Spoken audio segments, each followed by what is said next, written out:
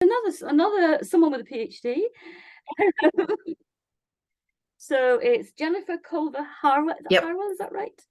And is it Jennifer? Jen? Jennifer is usually what we do. All right then.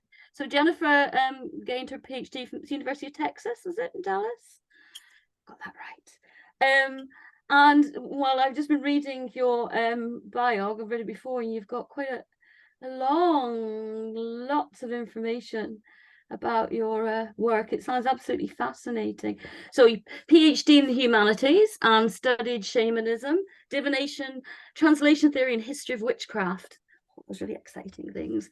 And then practice-wise, Jennifer's been a heathen for over 30 years and started a Sade group in Texas called Witsmith. That's about 20 years ago, which is still going, I believe. Yeah, Still going. still going and still working.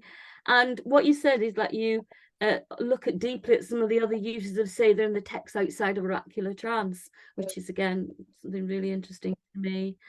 And continues to lead sessions for groups of people. And Jennifer's also an immersive performance artist. That's what we say, performance artist, and have created divination experiences with immersive work that is tailored to the show itself. And like the show, she says, when the show's over, it stays with you and is also a lot of fun.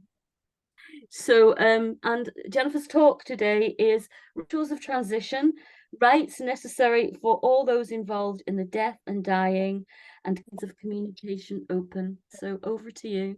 Thank you. And thank you for having me here. I'm excited to be in such an impressive lineup, and I can't wait to be done so I can relax and hear other ones going as well. But yes, my PhD is in the humanities, of focus in ritual and rhetoric, and specifically at the moment in ritual when the rhetorical moments happen. And so that was a big part of what I was studying and what I wanted to be able to talk about. And so in this idea of rituals of transition, this started when I took a course with Southern Methodist University, and what we did was we were able to study the museum collection of the mourners from Paris. They came all the way through, and we were in a class that was just about the mourners and just about the traditions of mourning. And so a lot of this paper came from that. But what I'm not seeing is how to see if that does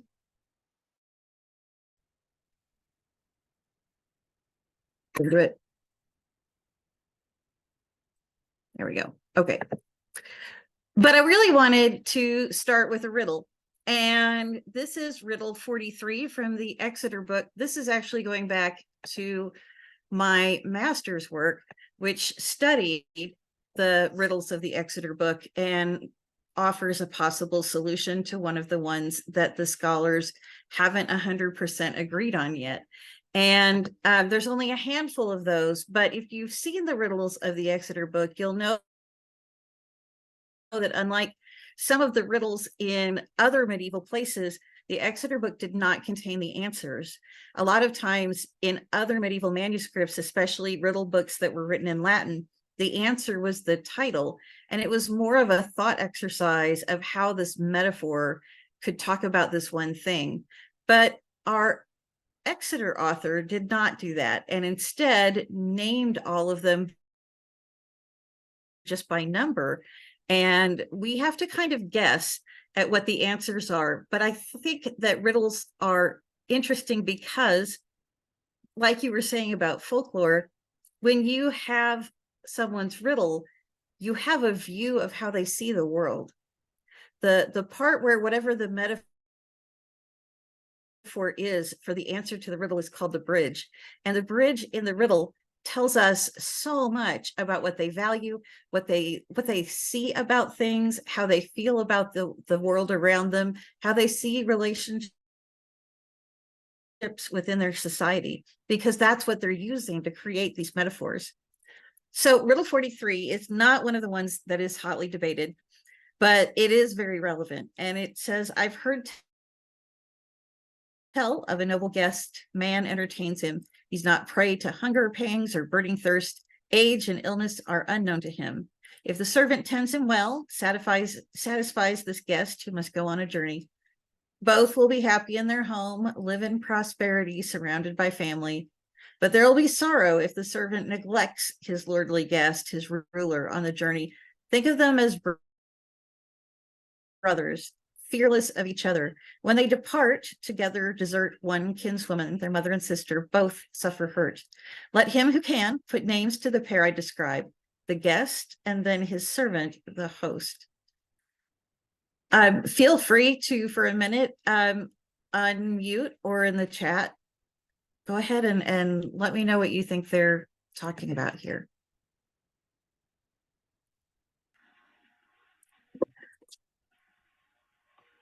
My guess would be the body and the soul.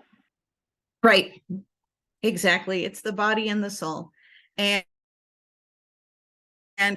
the guest is the soul and the host is the body. And so this is a great look at what we can see about how these people viewed the existence of their soul and the fact that it goes on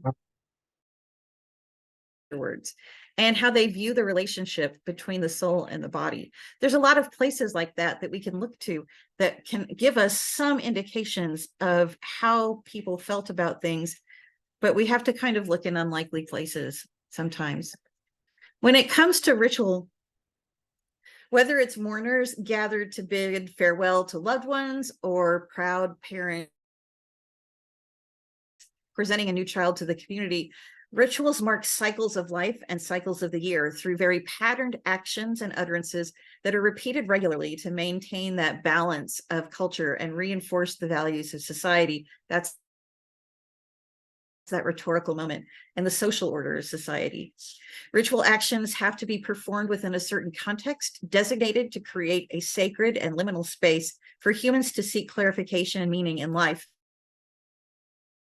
through those patterns and repetition.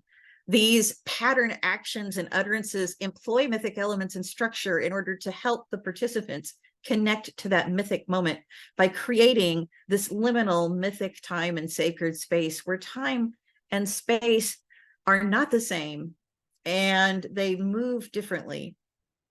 Through ritual, humanity tries to give meaning and being to the most ordinary of acts by repeating archetypal actions that are performed by ancestors or through myths, through the gods themselves.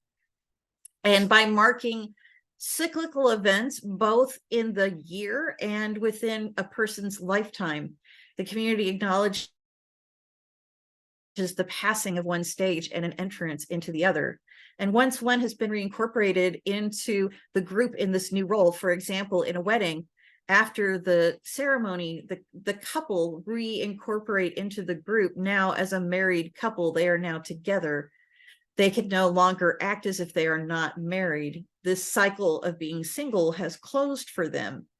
And in the case of death and funerals, the ceremony itself is designed to put the deceased in the role of ancestor, and others assume new roles as they leave the gravesite. No matter the time or place, the rituals are there to help everyone readjust to their new roles. Like myth, rituals have a very narrative structure that moves participants through processes of separation, that liminality and incorporation. And each step of that ritual process employs a lot of the imagery of myth and values of that culture, so that when you're in that moment, it transcends the mundane world around us of space and time. Rituals don't have to be religious in nature. And a lot of times ritual can bring a sense of orientation to participants and just allow them to feel a larger context is in play as they move through the stages of life. There's a lot of scholarship now about the lack of ritual in general culture life, and how that lack of recognizing the stages of life or the cycles of the year are having a negative effect in some places. Victor Turner, who's one of the really big scholars on ritual, said that in this liminal space, you have to cross a threshold. The threshold is what you're doing when you intentionally say, I'm stepping away from the mundane, ordinary world, and I'm stepping into this ritual. A lot of times people come in possessing absolutely nothing that distinguishes one from the other. They're all coming in as equal. And even secular distinctions disappear, and the individuality is stripped away as it becomes a demeanor of humility. Everyone is admitting into this process. Everyone is joining in this process together, and only the officiants really are dressed differently and in different places and moving everyone through. According to Rappaport, that formality is part of something that's very, very important to ritual. Nowadays, one of the things that we can see is this notion of when that moment of death happens, there are a couple of thresholds. Moving from a person to an ancestor takes more time and involves more ritualized actions than something like a wedding would do. And the first threshold is the threshold that happens at the actual moment of death and in those first hours and days after death. Because what we see is that communities surround the family when someone is dear and has passed away. We bring them food, we bring them flowers, we offer them all sorts of comfort. And I lost two dear friends last year. And so when we think about the things that we did for them, signing up to deliver food, signing up to make sure that they had places to go, to living, had places to go for the holidays, to make sure at that 1 year mark that somebody was with them and making everything okay. That's the kind of things that we do right away. But what we're doing then, as we're doing that, is we're moving away from the actual deceased, and we're moving towards the living to help them start reincorporating into this new way of living. And we turn the body of the deceased over to the people who are supposed to handle it, whether it is, no matter what is happening, no matter what time period, we're turning that part over to the people who have those very distinct roles, and the community starts to also take care of the living and help them. We talk about memories. We talk about things that we miss. And while all that's happening, the professional ones, the ones who have taken on this role in society, are preparing the body, making all of the necessary logistical decisions about how this person is going to be remembered in ceremony, where the dead body may go. All of that has to be done in what's considered the right way. So now, when we think about this term, a good death, this comes in, the term really gets a lot of popularity when we get into the early modern period. But a good death was considered to be a death where someone, the deceased, was able to go through all the stages to move into being a helpful ancestor. And so that includes the notion of being able to pass with all your family around you, being able to say whatever last words that you're wanting to say. When we move into later Christian time periods, then that would mean the administer of last rites. That would also mean the chance to make any last confession or words that they wanted to say. And then that the body is able to be treated in the way that it's supposed to be, able to be revered and have the funeral ritual the way it's supposed to be, and then can be interned, cremated, whatever that time period expected for that person needs to be done. Typically, when all of that happens, the belief is then that person returns as more of a helpful ancestor. And when those things don't happen the way they're supposed to, we have stories about how then they come back and they're upset about it. They're quite upset about it, especially in Iceland. This threshold moment when others come in and start taking on roles, we can only do so much. And so now we move into things like regalia. And regalia really doesn't mean anything other than I'm wearing what I'm supposed to be wearing for this ritual in the particular role that I'm in. But death and funeral rites are more complicated than they appear. And there are so many layers within a culture that has to be planned and has to be enacted. If any of you here have lost a significant parent, you'll know that you are handling things from that death, sometimes for years. And so as you're moving into different roles and you're transitioning into things, that also means that you're trying to get all the little bits and pieces of the community to also move and see that way. Part of the regalia of a participant in a funeral is, for us, wearing those dark clothes. And wearing them at the funeral to show that we are in mourning. The other pieces of the rite include the rite itself and the liminal space. We've got ritual utterances and gestures that create these markers to show that everyone who's participating in the ritual is doing the appropriate thing at the appropriate time within the narrative of the ritual itself. So, for example, if we're interning or cremating, that's done after certain things are said, after certain elements have happened. If that happens first and then all of the things get said afterward, if that's backwards for that particular community, then there are problems. There are ways that it should be done, and all of those ways reinforce that community. They retie the community back together in a new way. And so that means that we have to have participants as part of this funeral tradition.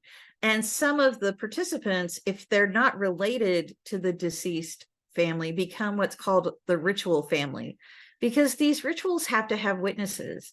It has to be known that all of the right things were done. And those witnesses will attest to the fact that all of those things were done correctly, and that the people have reincorporated and come out of the rituals in these new roles, and all of that was done in a proper way. Really, the loved ones who are there, these ritual family members, they can't do a whole lot more than squeeze someone's hand, give them a hug, just physically be there for that person. But their role as observers is important. And even though they're not supposed to interfere and they're not supposed to take on a lot of active role, if those participants aren't there, if people don't show up, then that says something then, and it says something now about the person, about the nature of that person who is passing from one role to another. And so when we have these funerary rites, we have ways that we move the body from the house to where the ceremony will be. You can see, for example, the use of those cadaver doors, which was a custom in the sagas. And even some of the standing houses in Scandinavia. The cadaver doors really moved all the way into modern times, and it applied a tradition that the deceased happens, they cut the hole in a wall, and they carry the body out through the hole, and then they close it again. And the idea behind that was they were trying to trick the dead so the body can't find its way back into the house and wreak havoc. And if you've read some of the sagas, you'll know that that was something that really did happen, that the dead would come back if they weren't buried appropriately, if they had something that they wanted to say. If they weren't a great person when they passed, they come back and they're still not. And then we have the return, the moving back into life again. After the reincorporation, as the ritual is ending and we're moving into society again, we begin that path of return.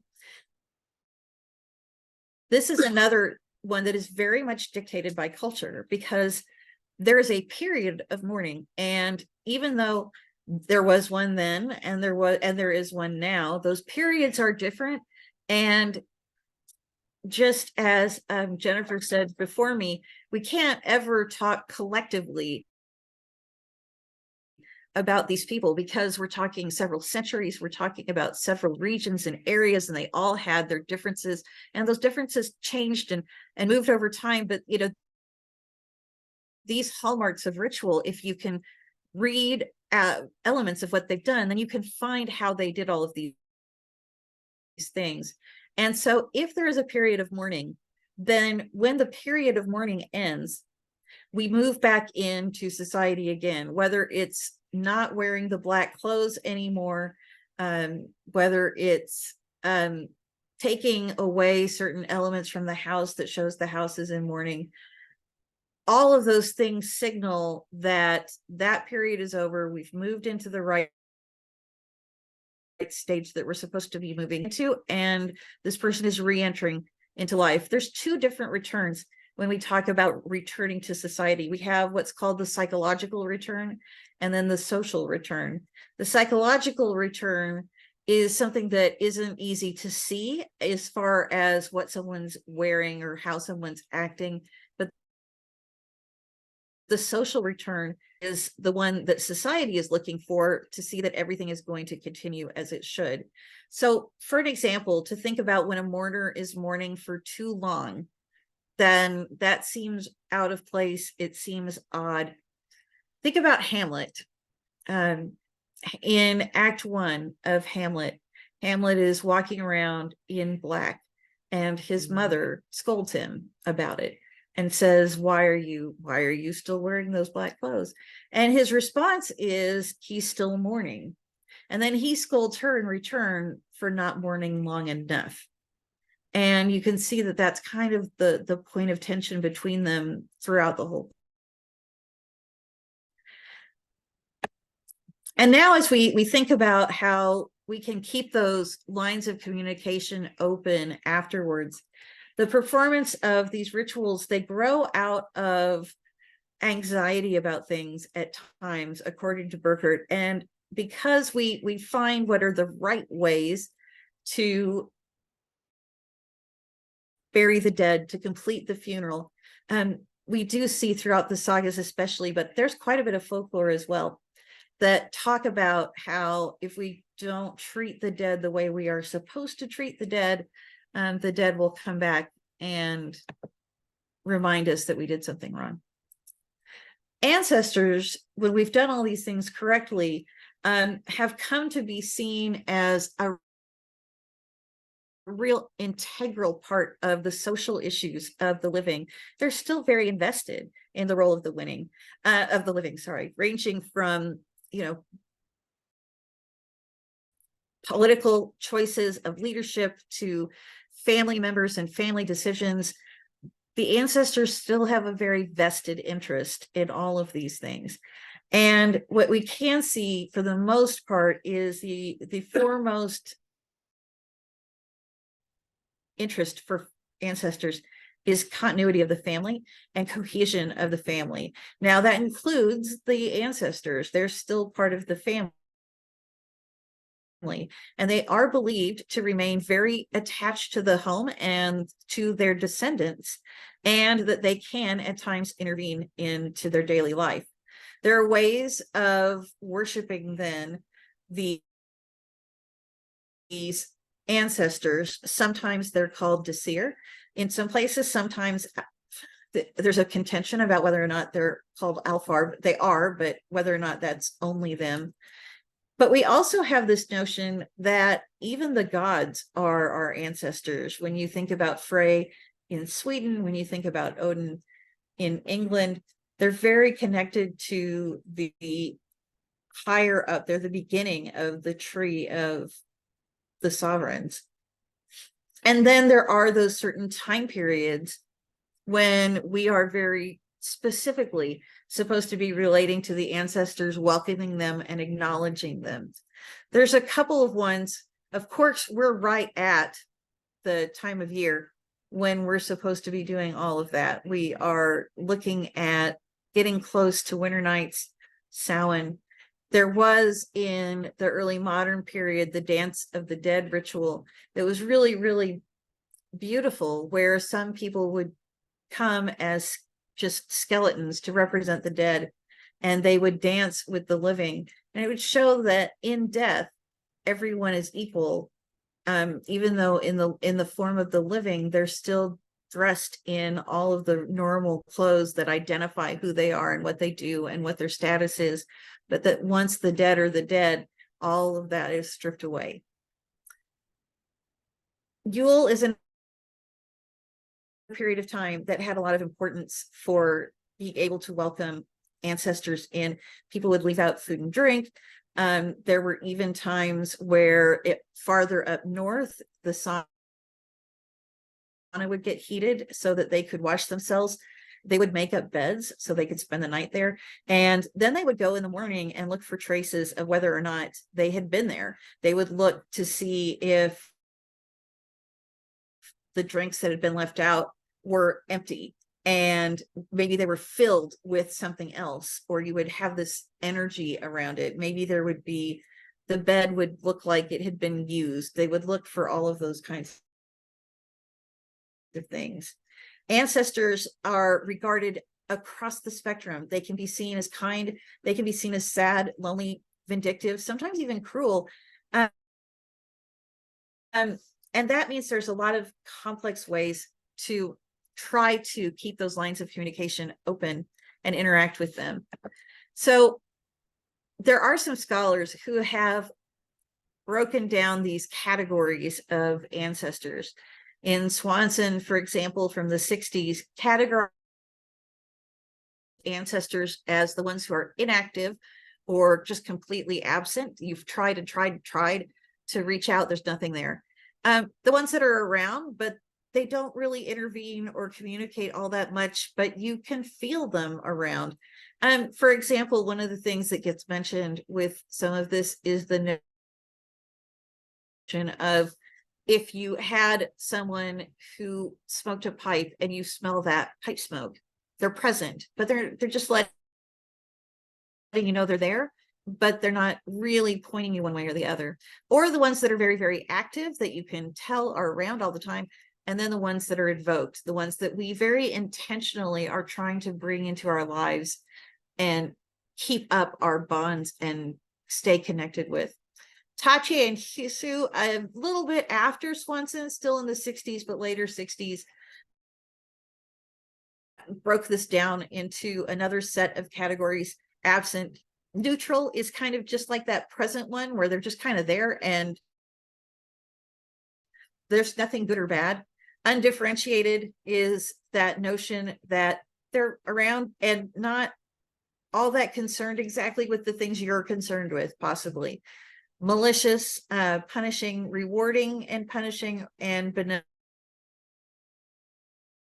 and rewarding were the categories that they've come up with. But when they appear, how they appear also gives us some kind of idea about why they're here and what's going on. This is from Owen Davies' work.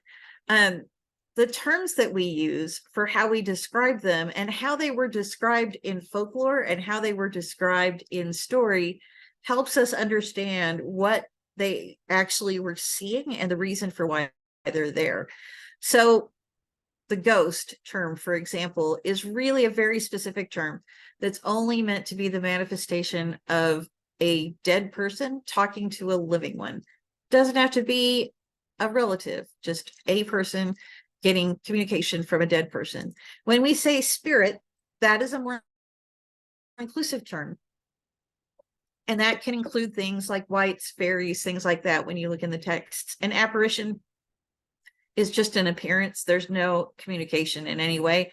And sometimes it's believed that natural forces kind of created that apparition. Phantom is a much later term when you think about moving into the period where there were those lantern shows and the shadows and all of that. So it was a vision, sometimes considered more of a hallucination rather than an actual appearance. The term wraith, King James uses this in his writing, so that gives you kind of a time period for how old that is. This is the dead right after the moment of death. So in the wraith is the spirit of the dead person right after the death who has not had any of those rituals and haven't moved on yet. And so if you hear about things like that, sometimes, especially if they go and they went very suddenly and very unexpectedly, then this kind of thing might happen. The specter, again, is from early modern period, but it just is like a shadow. It really is just a visual something. There's no communication. There's a Latin term, larva, which means that another spirit is actually posing as an ancestor, and that is not who you so it's not who you think it might be. And then Davies didn't have troll in there. Arneson does, though. In Iceland, some of the dead are called trolls based on how they're acting. Troll, like spirit, though, is a very generic term. But then we get into the haunting, and according to looking at the folklore and looking at a variety of sources, here are the reasons why they tend to appear. They either are really wanting to intervene in the affairs of the living. There's something going on that they want to be done a certain way. Maybe as they were passing, they were trying to move something through and they want it continued. A lot of times it's to correct injustices, reveal murderers. Think again about Hamlet. His father is there to say, this is what happened to me, and to ask the people to avenge wrongdoings. Sometimes they come to reveal their own crimes because they want to get rid of the guilt. They can act as a form of a curse, and they can warn as danger. We see a lot of that as well in some of the sagas and other things where Disir or mothers appear and they come to warn their offspring of danger. They don't always get heated. But then there are also, after all of this, there are rituals of commemoration, because the funeral itself is not enough. We still have that ancestor who is supposed to be present in our lives and still part of our family. So there are things like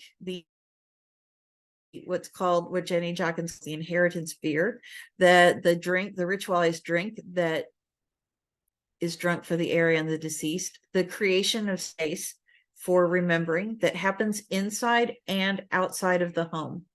And so we don't always have as much about what the inside of the home memories for the deceased is like as we do, but we do have a lot about what is outside the home. And so this is the presence of ancestor altars and things like that. Yearly feasts with the dead on very specified days after the funeral, the anniversary of the death. A lot of times those yearly feasts happened wherever the body was interred, but by around 900, those things started moving into the home in some areas. But this is still a community that very much relies on reciprocity. this idea of reciprocity is so important and you can see it throughout the Havamal. You can see it in a lot of the stories as well. In almost every case, there's somebody not acting the way they're supposed to, and it's about how that is creating an imbalance, and that moves everything about the story forward. And so part of that reciprocity is that the dead at the times, all the way into the early modern period, would expect that part of what they leave behind is to pay for the candles, the firewood, the priest, all of that they're supposed to have done that. Some of that still happens today. We have people have the ability to go and plan out completely and pay for their funerals so that their descendants don't have to do any of that, and they don't have to agonize about what someone would wish. So that kind of notion is still around today. They say, here, I've left money for this. Now you do the remembering. And now here is this back and forth that we have in other parts of our lived experience as well. And that is here I am, I'm remembering you, I am bringing you something. And in return, we're looking for signs from them. I just wanted to kind of wrap up a little bit on a more personal note, because I live in Texas, but I am from Illinois, a very small town called Pontiac. And I was presenting at a conference in Chicago last week, and I couldn't be that close to my home and my hometown and not go to my hometown.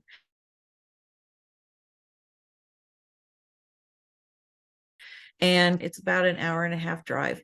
My husband is able to work remotely at times, so he was at the conference with me and we were able to go together. And boy, I mean, the very first actual stop that we made was to the cemetery where I could go, where all of my family is buried, and I could leave offerings. And I stopped at each one and was able to introduce David to all of them. And I was just able to talk to them for a bit, just to stand there with them and be held in that space with them and just talk. And then as we left, I began to look for how they would respond. And they respond for me in very different ways. And different ones have preferred ways of responding. But ever since I was a small girl and I lost my grandfather, I had absolutely no doubt that I hadn't lost him, that he was always around and still is. And so, yes, the funeral is not enough. So we have the ancestor altar, we leave things for it, but that isn't, in my opinion, enough either. We also have the obligation to tell these stories and to make sure that people don't to make sure these people don't get forgotten when we're gone. So the pictures that are up on the ancestor altar, I teach my children who they are, and we share stories about who they were, and the things that they did. They've been to my hometown, they've seen them, they got to be able to go to the cemetery and talk to them as well. So all of those things kind of keep all of that alive. But what you're really doing is you're just staying connected to your family the same way you would stay connected to your family in any other form. So if you're interested in some of these things that I talked about, you can reach out. Feel free to reach out. I've got I've got references here of all the things that I did. You can reach me on email. You can reach me on Facebook. Happy to share the slides with you if you would like. But thank you so much for the opportunity to talk about these things. Thank you so much, Jennifer. That was absolutely fascinating. I wasn't sure at which points that you were actually talking about the present and talking about the past, because things have changed so little.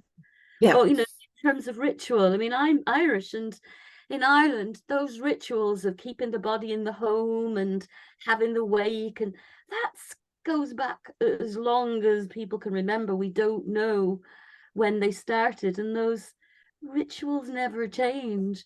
And it made me laugh when you were talking about when people die, because we have a saying in Ireland which is, when you're dead you're great, which means you could have been a real bastard in life, horrible, but once you're dead you're a saint. You know, oh, the people tell stories but they wax lyrical about how fantastic the people were, because once you're dead you're just great, you know. When you're dead you're great. So it's really interesting how we can, you taken aspects of the sagas and looked at them and seen how similar they are to how we practice today, and those rituals that just never change. And before I ask if anyone's got another question, just wanted to say one more thing.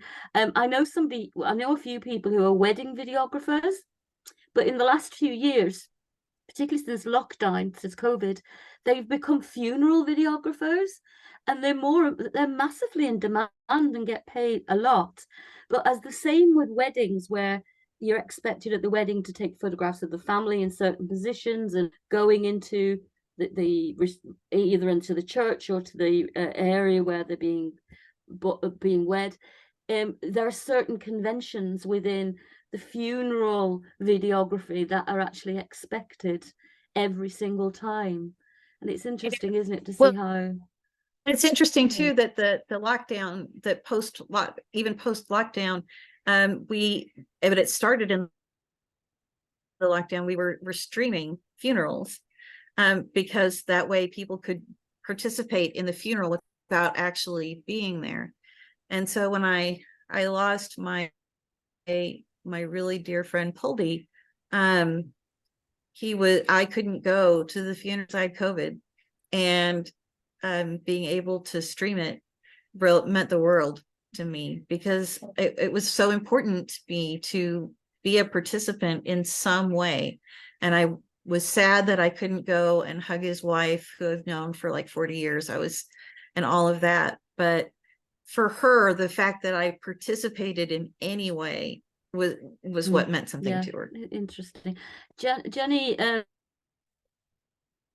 asked, could you mention again the scholars you cited with regards to the categories of ancestors, please? Yes, those were, I will type them in the chat. They came from one piece. It was from, I'm looking through them right now, I promise. Owen Davies, The Haunted was where I started. I really pulled apart the terms. And then where is it? There it is. It was a bit of the book Corpse Care by Sanders. And that's where they mentioned some of the things about it. Okay, thank you. So has anybody got any questions to ask, either in the chat, or just want to unmute themselves? Has anyone got a question?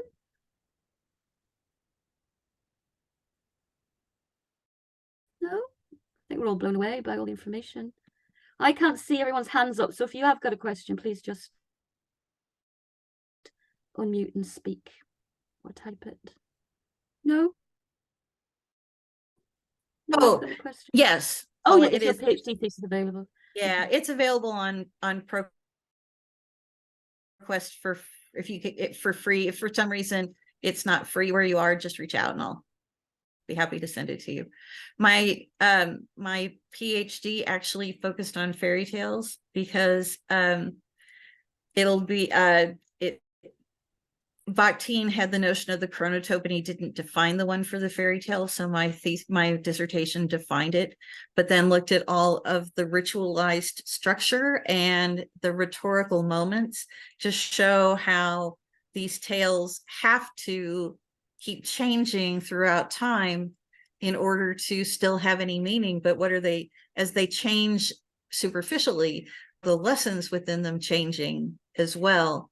And in some cases they're not. And what does that do for viewers? So I took 3 tales and did a deep dive and looked at even what young women were, how they were reporting what they learned from each one, to see what that role was. And so that one, it was a lot of fun to do. It was really hard, but it was a lot of fun to do, because I don't think that there is much else that's survived that has as much power over things as fairy tales. Would you post a link to that as well, please? I think people would like to see that. If you, Sure. I'd love to Sure. hear that about the fairy tales. I think we've got lots of people saying thank you now. Lots of saying it was great and amazing. And the presentations, and oh, Jord has to leave. Thank you for coming anyway, Jord. There will be yeah, and there will be a recording available after the presentation, not immediately, because we've got to sort of sort it out. Hillary's in charge of the tech. But they will be available, but not immediately after. So thank you so much for that. You've so many things to think about there for me. Yeah, thanks for having me. So no, thank you. Do we want another 5 minutes?